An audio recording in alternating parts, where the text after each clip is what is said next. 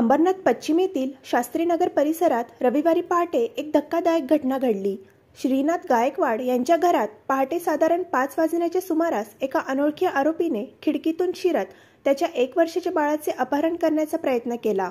घरातील सर्व सदस्य झोपेत असल्याचा फायदा घेत आरोपीने बाळ उचलून घराबाहेर जाण्याचा प्रयत्न करत असता दरम्यान बाळाच्या हालचालीमुळे आईची अचानक झोप मोडली।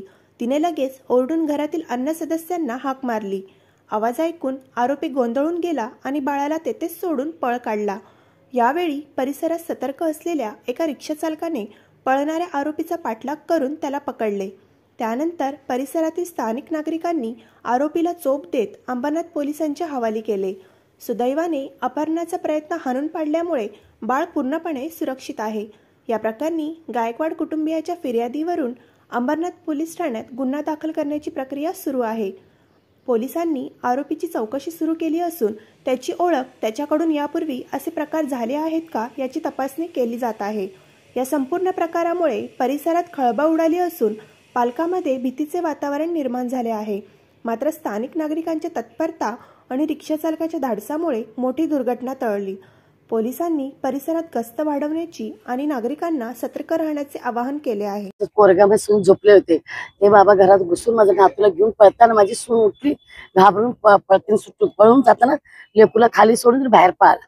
बाहेर पडल्यावर आम्ही सगळे मागे पळून एक रिक्षावाला पकडून त्याला थांबव केला। आम्ही त्याला 2 चामाट मारून चौकीला आणून दिलो। चौकीवाले म्हणते तुम्ही असं तक्रार कसं करता, तर काय झालं नाही काय सोळा म्हणे। आम्ही नाही मला केस करायचं, मला केस केला मी त्याच्यावर।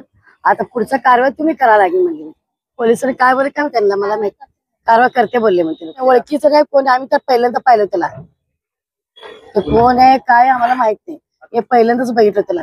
आम्ही म्हणतो काय नाही केस करा त्यांच्यावर, त्यांना काय तर शिक्षा द्या। मग त्याला माहित आज आमच्या घरात उद्या दुसऱ्याच्या घरात शिरणार ते लोक। असंच घडलं कसं, आता मध्ये 3 वर्ष लेकरचा बलात्कार करून मार टाकले, काय करत नाही असं म्हणतो। सरकार काय करेल असे लोक खुली आमच करायला ती, त्यांना काय तर शिक्षा द्यायला पाहिजे ना। शिक्षा दिल्यावर ते सगळं करायचं बंद करते। असं दिनदिवाळी बी लेकर उचलून येते शाळेला सोडायला, कारण आपल्याला भीती वाटायला येतात।